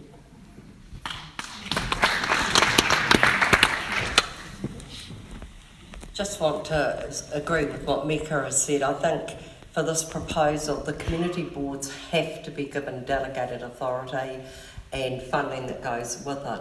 They will be the local voice, the ear to the ground at a grassroots level. This is about, we have a real opportunity here with the community boards. We can think a little bit outside this work because, as has been said, they're a bit variable across the country on how they work, but we have an opportunity to really strengthen them and make them work at the grassroots level, empower them to work with their particular community, because we're all different. We have 5 different towns right through this region. They're all different, and that's great. So one size won't fit all, and they will have different needs, but we need to be brave enough. A Wairarapa council needs to be brave enough to give the delegations and funding to the community boards.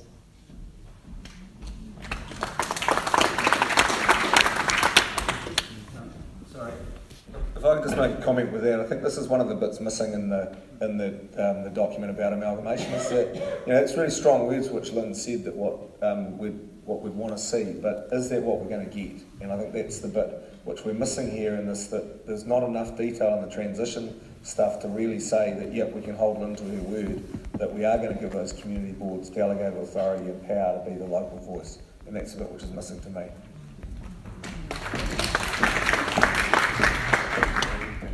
This is where the rubber hits the road, and it doesn't matter whether you're a supporter of a unitary authority or the combined councils. It is the financial delegation that determines whether or not your community boards actually have any teeth to do the things within that community that they want.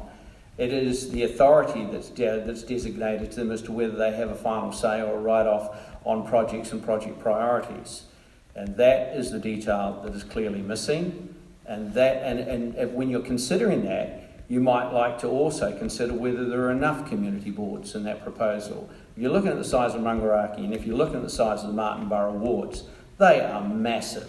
And there's one person in each of those to represent all that entire farming community with that coastline, the erosion issues and everything goes with it. I think, you've got to be cautious around that area. And if you've got no guarantees, the type that satisfies you, I guess you're probably not going to support it.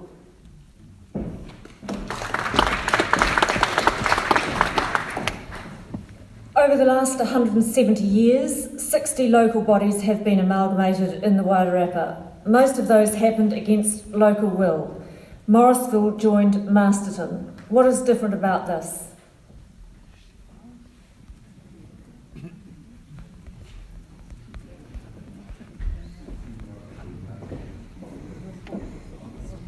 Morrisville joined Masterton. I'm just going to go out on a limb here because I pretty much do that.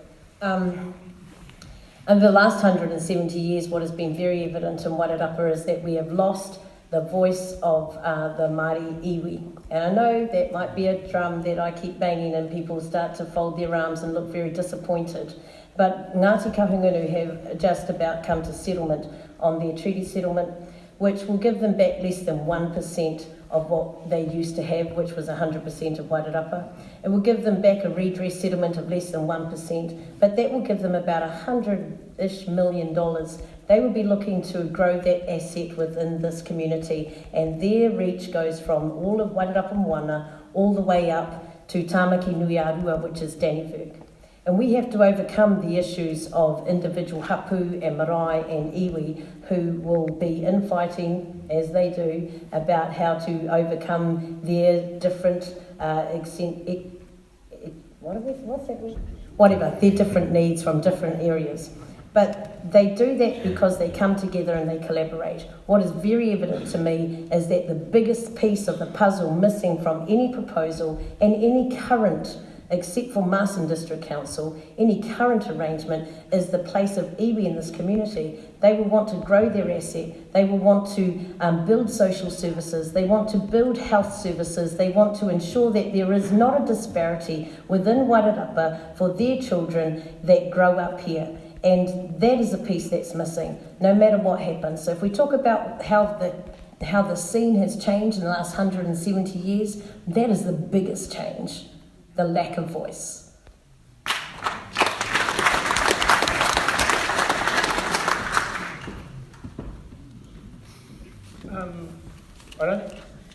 You know that I'm against amalgamation, but I'm not proposing that we go back to the old provincial system. Things have changed in 170 years. So as places depopulated, and Morrisville is a good example, my brother used to teach there. It used to support 2 schools. So he was a teacher in one of the schools and there was another school in town.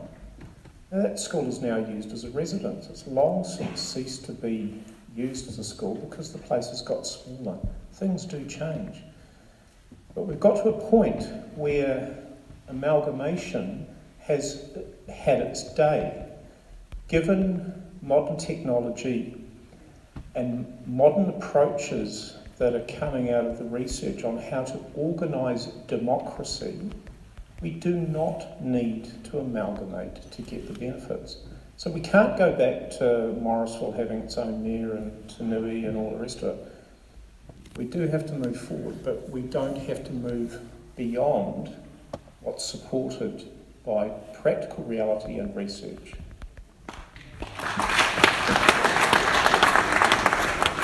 I just want to pick up the point about the Morrisville and Masterton, and I suppose it's a little bit what Ron is talking about. In 2002, the Local Government Act came in. So that changed sort of everything. Gone were the days where the county chair could ring up the engineer and say, hey, can you run the grader down my road? It's looking a bit rough. And I see Mickey Blundell. Mickey was been around in those days. He's waving his fingers at me. But that's what used to happen. 2002, the changes in the Local Government Act and the way councils govern changed all that. So we can never go back, and I wouldn't support at all going back. Just want to pick up the point very quickly that Marama has said, and particularly in regards to iwi, and that is something in the proposal that, as a council we need to discuss from a personal point of view. I don't think the standing committee goes far enough. It has been a long, long time. We're a bicultural country. It's time that we started walking it and talking it and doing it together, instead of trying to say, hey, no, it's our way or the highway. So I think it's time to be a hell of a lot more collaborative. That's better for us all. We all service the same community as what we do as a council. We're the same region, we're the same communities.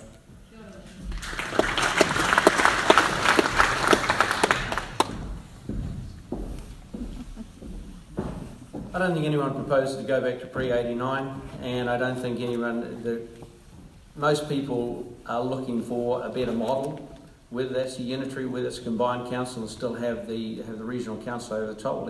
We are having that kind of conversation now, and I know where I firmly sit, and I know where my party sits with regional councils. We would do away with them and devolve that power down to the district councils or to unitary authorities. So I'm clear about that.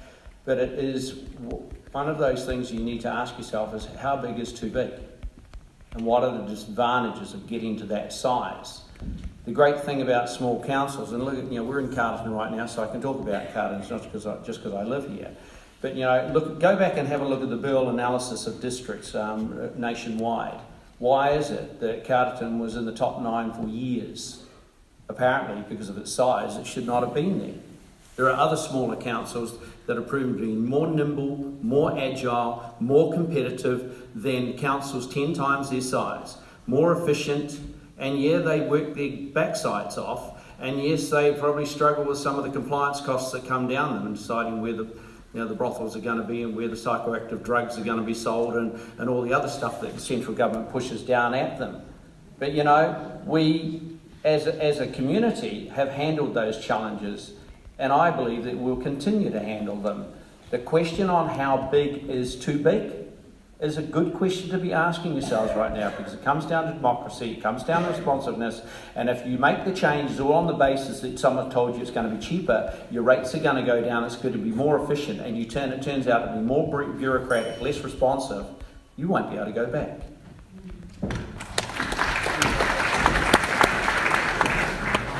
Look, I think we've got a clear choice, and the other speakers have outlined the pros and cons. We can either sit here being the same and hoping that councils are going to work together collaboratively and hoping that they're going to represent people and hoping that they're going to carry on the good work which they're currently doing at the moment, or we can have a process which allows us to set those collaboration and consistency in stone. So I think it is a clear choice for us here at the moment. We can't stay the same and go back to where we were many years ago, but also we've got to be very careful about what we wish for in the future as well. We've got time for one more question, and we'll cut the answers down to 1 minute for this question, and it's a nice question to finish on.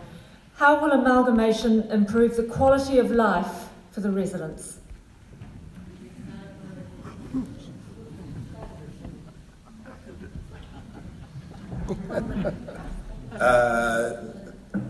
My view would be less dealing with council and central government's better for your quality of life, isn't it? So I'm not sure. I don't know about amalgamations and quality of life, but what I can say, no matter whether our public of the Wairarapa choose to amalgamate or not, whoever sits at a council table will always advocate for a better quality of life for all its residents, amalgamated or not.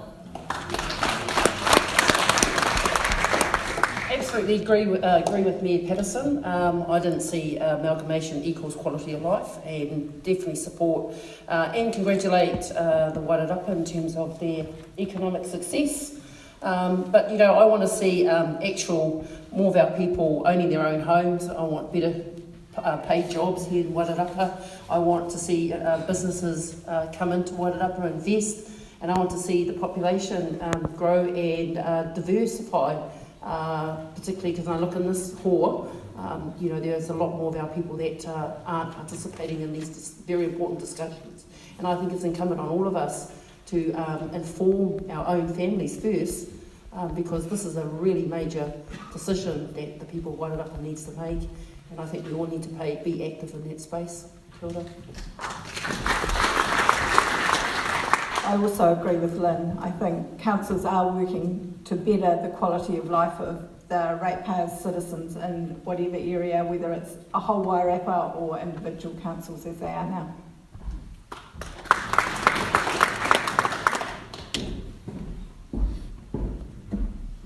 There's going to be a lot of disagreement. Quality of life is not determined just by councils. Quality of life is determined by the economic circumstances. The big kickers in this region will be road funding, whether or not central government puts enough in.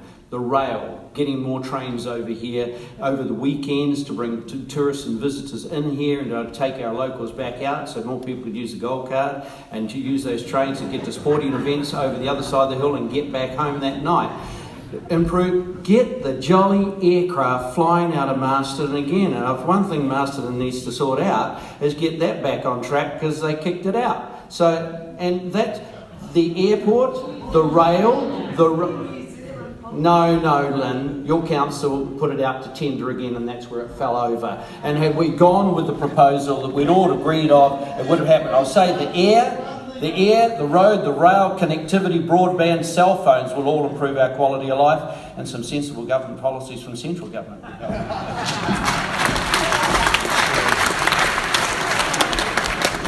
Yeah, you missed the words, change of government. I love Wairarapa, I really, really do. It's my home, it's where our people come from. I love raising my family here. It's a small town community where I knew that they could play next door till 2 o'clock in the morning in the school holidays over the summer, as go home, stay home with every other kid from across the 2 little cul-de-sacs that we lived in till someone's mother yelled out, "That's enough, go home." And then all the kids would jump out from under the bushes wherever they were hiding and totter off home. It was a wonderful place to raise our family and to grow their learning, their education, and all those things. But Wairarapa was known for the 10 years where we killed 10 of our children. We have turned that around. That's not what we're known for anymore. But I remember those days, and I remember the heartbreak on all of us because we're all collectively responsible for that. Whatever we do in Wairarapa, it's our choice. And we have to do it together. And just like that river that flows from the Tararuas all the way to Wairarapa Moana until they diverted it, just saying, then please put it back and get the water going back in the lake. But we are connected. And no matter what happens, whether we make this decision to do it or not, we have to own it and love each other.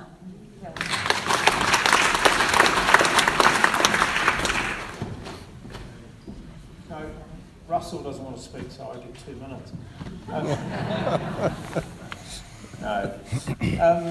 You've heard a lot of discussion and statements from the stage, and I think you go out of here a lot better informed than you were when you started. One thing you need to bear in mind is that you look at the councillors and mayors up on the stage and in the audience, and there's a few of them. They all go to work on Monday trying to do the best job for their town and for the Wairarapa. And you are really lucky to have people of this calibre serving you in the councils and with the mayors here.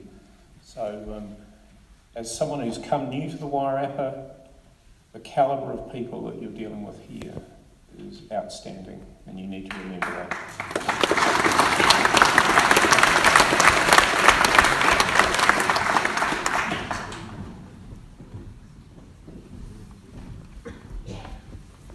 We just about had one question too many, I think, there.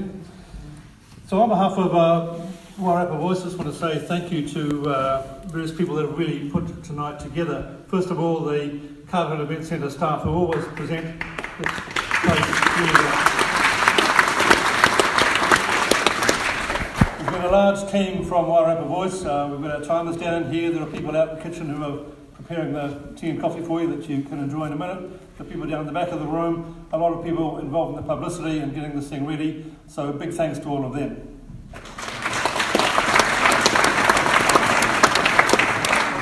We tried to break some ground tonight with technology and tried to televise tonight's meeting, and we did that with some mixed success by all reports. Very hard to get all these things connected up. And a great effort from Toby Mills of Wairarapa TV, who was more than enthusiastic about putting together this project, and AJ Hunter, our videographer. They've really done the best they can. Sadly, we did have some technical issues as a result. Well, to our panel, thank you. The panel have been fantastic, and I think they more than met my expectations for the night. What we've heard tonight is a great diversity of views, and that was really what the point of tonight was to be. It wasn't to be preaching to the choir. It was to be an understanding of the different points of view, which is going to make your job a bit harder to figure out which way you want to go. You might just sit inside your own prejudices, or you might now be opened up with some different ideas that might make you think differently and might change the kind of submission you make. Lastly but not least, Deborah has done a sterling job here as our chairperson,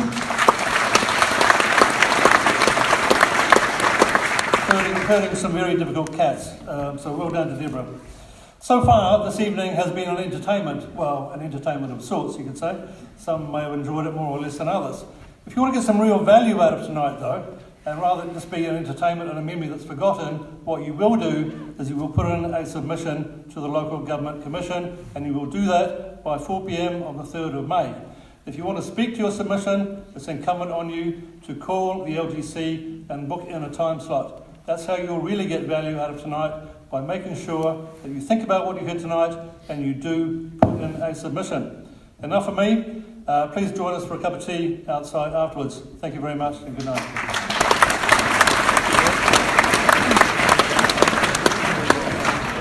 Very interesting, isn't it? Looking forward to what you have to say. Look at Facebook and see what you reported. Cheers, mate. So what are you going to put a submission, speak to a submission? Or? Yeah, I'll probably put in a submission just written. Yeah. But before people can decide, I mean, it's got to be so many people vote against it, don't they? Yeah. But it's an interesting thing.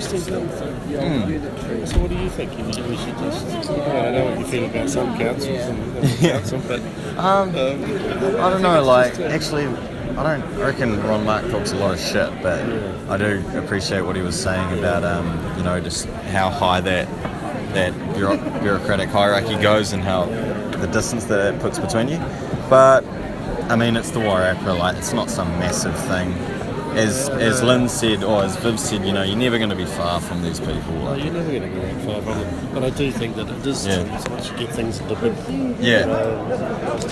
But no, so I think I would be keen probably still to amalgamate, but yeah, I mean, definitely looking forward to it. Oh, well, it was good, eh? Keep up the good work. It's so well organised. It shows how many